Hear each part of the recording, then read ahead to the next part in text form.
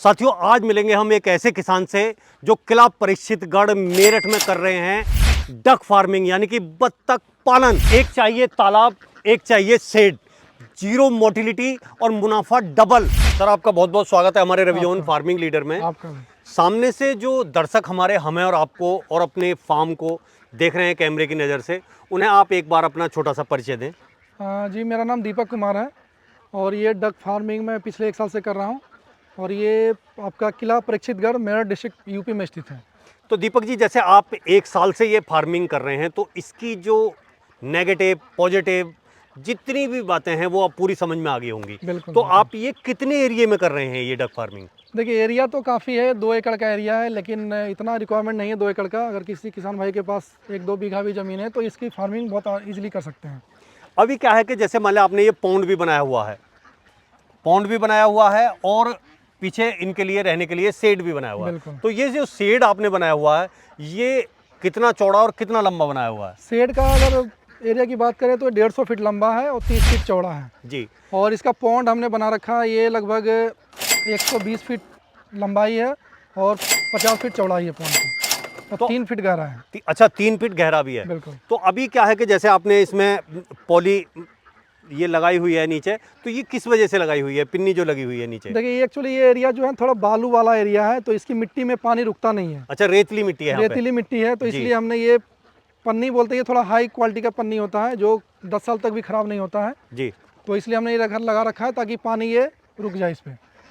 अब इतने एरिया में जो है आपने ये शेड भी बना हुआ है, ये बना हुआ, तो इसमें आपने जो है कितनी बतखें पाली हुई हैं?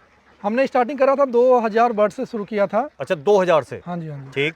तो 2000 बर्ड से हमने फिर मेल जितने भी बर्ड थे हमने 3 साढ़े 3 4 महीने में मेल बर्ड को हमने सारा निकाल दिया, तो उसमें भी हमें प्रॉफिट आया था। बाकी जो बच गई हैं फीमेल जो बच गए उनसे हम अंडे ले रहे हैं। अच्छा, अभी जब पहले आपने स्टार्टिंग करी तो ये जो चूजे इनके लाए, तो ये कितने का चूजा आपको मिला? ये हमने डे 1 का चूजा लिया था और ये हमें लगभग 30 रुपये 32 रुपये का पड़ा था। अच्छा, 30-32 रुपये का। हाँ जी, हाँ। उसके बाद आपने जो है इसमें से मेल सब बेच दिए बिल्कुल।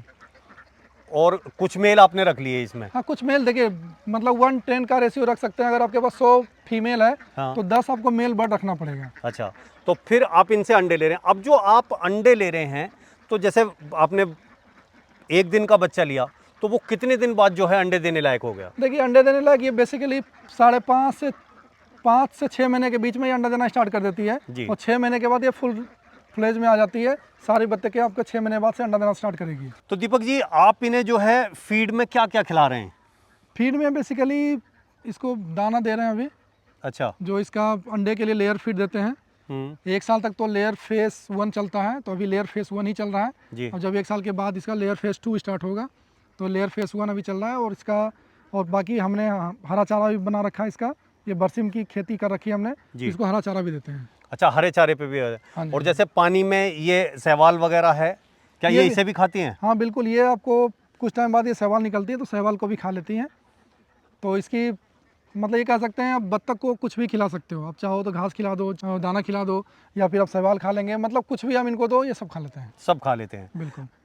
अगर हम आमदनी के हिसाब से देखें तो लोग जो है मुर्गी पालते हैं, उसके अंडे सेल करते हैं, तो इसका अंडा क्या उसी रेट में उतने रेट तक ही सेल हो जाता है? क्या रेट रहता है इसका? इसके अंडे की डिमांड बहुत ज़्यादा है और कम से कम इसका अंडा 10 रुपये में बिकता है। इसे कभी कभी ठंड के दिनों में ये 12 रुपये 13 रुपये 15 रुपये तक भी बिक जाता है, लेकिन गर्मियों के दिनों में आपको 10 रुपये तक बहुत इजीली मिल जाता है इसका रेट। अच्छा, तो और जो अंडा तो ये हो गया, और जो इसका मीट है वो किस रेट जाता है? वो देखिए, मार्केट पे डिपेंड करता है।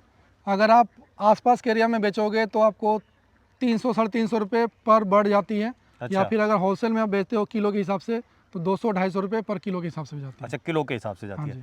और मतलब ऐसा तो नहीं है कि मतलब इसे सेल करने में कोई दिक्कत हो, या अलग से कहीं से इसकी मार्केट नहीं है, या लोग इसे पसंद नहीं करते, ऐसा तो कुछ नहीं है? नहीं नहीं, बत्तख की डिमांड देखिए, ये बंगाली बत्तख को काफ़ी ज़्यादा पसंद करते हैं। अच्छा। वो चिकन नहीं खाते हैं, लेकिन बत्तख को ज़रूर वो पसंद करते हैं। तो हमारे आसपास में एरिया है रुद्रपुर, दिनेशपुर, यहाँ पे बत्तख की काफ़ी डिमांड है। वहीं से 2-3 कस्टमर हमारे पास आते हैं और इकट्ठे 600-500 करके ले जाते हैं। अच्छा, वो इकट्ठा ही ले जाते हैं? इकट्ठा ही ले जाते हैं। और आसपास के एरिया में बिकता है 300 साढ़े 300 400 रुपये में। जो लोकल एरिया में लोकल एरिया में उनको भी देते हैं। अभी जैसे हम देख रहे हैं कि खर्चे के मामले में आपने जो है ज़्यादा खर्चा नहीं किया है शेड वगैरह में या पौंड वगैरह को बनाने में और उसमें। तो अगर कोई नॉर्मल पूंजी वाला किसान है और वो ये बतख पालन करना चाहता है तो वो कितने पैसे लगा के इस काम को स्टार्ट कर सकता है? देखिए वो डिपेंड करता है, अगर आप बहुत कम बत्तख से 100-200 बत्तख से स्टार्ट करना है तो उसमें कुछ भी आपकी पूंजी की ज़रूरत नहीं है। आप जी। चाहो तो उसे घर में भी पाल सकते हो, छोटा सा सेट बना दो, कुछ अपना घर का वेस्ट खाना भी दे सकते हो, हल्का फुल्का घास खिला दो, तब भी वो रेडी हो जाती हैं। तो अगर पौंड की तो ज़रूरत पड़ेगी। पौंड की ज़रूरत पड़ती है, ऐसी बेसिक रिक्वायरमेंट में अब कहें तो अगर पौंड नहीं भी है तब भी पाल सकते हैं, लेकिन अब बत्तख अगर आपके पास 1000-2000 की संख्या में है तो पौंड की ज़रूरत पड़ती है इसको, क्योंकि ये एक्चुअली पानी वाला ही प्राणी है। हाँ, इसको पानी में पानी खुश है। चाहिए ही चाहिए। जी। तो अगर पौंड है तो ये ज़्यादा तेज़ी से ग्रो करेगा। मीट पर्पज से अपना जो वेट है उसे कितने दिन में गेन कर लेता है? देखिए इसका मैक्सिमम वेट अगर कहें डक की तो 1.5 किलो से 1.25 किलो तक जनरली जाती है। जी। ऐसा नहीं कि डक कहेंगे डक 2 किलो 2.5 किलो जा रही है, तो बहुत रेयर केस है जो 2 किलो तक टच कर सकती है। इसे जनरली 1.5 से 1.25 किलो तक ये जाती है। अभी बात क्या है कि इसमें जो इम्यूनिटी पावर है वो कैसी है, कि इसकी जो मोटिलिटी रेट है, कई बार क्या होता है कोई फार्मिंग है आप करते हैं तो पता लगा कि जो है 10 दिन में ही बहुत सारे चूजे मर गए और आदमी जो है नया नया काम किया है उसने और वो जो है तो निराशा एकदम होती है। थक गया। हाँ, तो क्या इसकी मोटिलिटी रेट ज़्यादा तो नहीं है? देखिए अगर जितनी भी पोल्ट्री फार्मिंग की अगर बात करें जी। तो डक सबसे ज़्यादा स्ट्रॉन्ग बर्ड है। अच्छा। इसमें मोर्टेलिटी बिल्कुल ना के बराबर कह सकते हैं। जैसे हमने स्टार्टिंग 2000 बर्ड से किया था, तो अगर मैं शुरू से आज तक की बात करूं तो मुश्किल से 5 से 6 बर्ड मरे होंगे हमारे कुल पास। 5-6 वर्ड। तो बिल्कुल ये तो जीरो मानो, बिल्कुल इसे मान हम सकते हैं, मोटिलिटी रेट क्योंकि नहीं ये कहेंगे। इतना ज़्यादा स्ट्रॉन्ग बर्ड है कि ये जल्दी मरता ही नहीं है। शुरू में स्टार्टिंग में ही बस 1-2 में गर्दन मोड़ वाली 1-2 में बीमारी आई थी, हमने वो भी वैक्सीन दिया तो वो भी 1-2 उस टाइम मरे थे। बाकी 1-2 में थोड़ा आँख में दिक्कत आई तो 1-2 मरे थे। मतलब टोटल कह सकते हैं मुश्किल से 5 से 6 मरे। बाकी और कोई भी दिक्कत आज तक बीमारी के रिलेटेड नहीं आई है। मतलब कोई भी जो है इसमें मतलब कोई समस्या ही नहीं है। समझ बिल्कुल, बस ये है कि बीच बीच में जो वैक्सीनेशन चलती है, जैसे लसोटा का एक वैक्सीन होता है, रानीखेत का वैक्सीन होता है, बीच में जो थोड़ी वैक्सीन वो टाइमली देनी होती है बस। टाइमली देनी होती है। बस तो दीपक जी आपने बताया कि इसमें कोई समस्या ही नहीं है, लेकिन कुछ तो नेगेटिव होगा। दुनिया में जो चीज़ बनी है कुछ ना कुछ समस्या, हारी, बीमारी, दिक्कत, कोई ना कोई परेशानी तो होगी। ऐसा तो नहीं है कि जैसे खेती हम करते हैं तो भाई हर चीज़ में मौज ही मौज हो, अभी ओले पड़ जाते हैं तो कोई छोटी मोटी कोई दिक्कत तो होगी।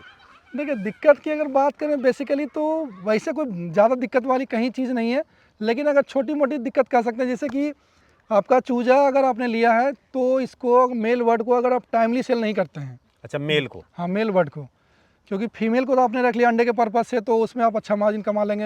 आपकी फीमेल बर्ड 2 से 3 रुपये का चारा खाएगी और 10 रुपये का अंडा देगी, बहुत बढ़िया। तो आपको उसमें काफ़ी आपको बेनिफिट दिखेगा। लेकिन मेल बर्ड में क्या है कि आपने अगर उसको टाइमली सेल नहीं करते हो, जैसे कि 3 महीने में वो लगभग आपको 150 से 200 रुपये तक का दाना खाई जाएगी। अब 3 महीने के बाद से अगर उसको तुरंत सेल नहीं करते हो तो दाना तो वो खा रही है, लेकिन उसका रेट वही में उसी रेट में वो हाँ, बिकेगा। वो वेट और गेन नहीं होगा नहीं आगे। करेगा, क्योंकि उसका जो मैक्सिमम वेट जाता है वो 150 से 1.5 से 1.25 किलो तक जाता है। तो उसी टाइम पे आपको सेल करना ही करना है, अदरवाइज वो दाना खाएगी और रेट उसी में बिकेगा वो। नहीं, ये तो अगर हम नेगेटिव नहीं कह सकते, ये तो ये है कि मतलब ध्यान करने वाली बात है हाँ बिल्कुल, कि ये भी हम कह पहले सकते से हैं। ही इसके लिए जागरूक हों कि भाई अब हमारा ये हो गया है, अब इससे ज़्यादा वेट नहीं बढ़ेगा तो हम इसे सेल कर सेल देना कर सकते चाहिए। हैं, बिल्कुल बिल्कुल। तो दीपक जी जैसे इसके अंदर ये पानी है तो कई बार मैंने देखा ब्लोअर वगैरह लगा के पानी को बिलोया जाता है जिससे कि ऑक्सीजन इसमें ज़्यादा जनरेट हो या कुछ इस तरीके से काम किए जाते हैं। तो आप इसे पानी को कैसे मेंटेन करते हैं? कि पानी का बेसिकली कह सकते हैं तो 2 से 3 हफ्ते में पानी को एक बार मैं सर्कुलेट करता हूँ, और ये पानी आपको एक अच्छे खाद की तरह भी आप इसको यूज़ कर सकते हैं। अच्छा, जैसे फसलों हम में? फसलों में एक्चुअली हमने पीछे बरसीम लगा रखा है, थोड़ी खेती भी होती है, तो उसमें ये जब ये पानी हम उसमें डालते हैं तो खेती हमारी अच्छी होती है, क्योंकि जो बत्तख बीट करते हैं तो उसमें नाइट्रोजन की मात्रा बहुत ज़्यादा होती है। अच्छा। और फसलों को नाइट्रोजन जाने पे उसमें हाँ, एक वो उर्वरक का काम करता है। बिल्कुल बिल्कुल। तो ये पानी हम जब भी तो फसलों जैसे में देते मतलब हैं, वहाँ सामने जो वो लगा हुआ है पाइप, वो पानी निकालने के लिए ही लगा बिल्कुल हुआ है। वो हमने पाइप लगा रखा है, वो पानी निकालने के लिए ही है, जो हम इसको पानी को फिर खेत में डाल देते हैं। और फिर जो है इसमें दूसरा न्यू पानी इसमें नया भरते पानी हैं। इसमें डाल हाँ, देते बिल्कुल। हैं।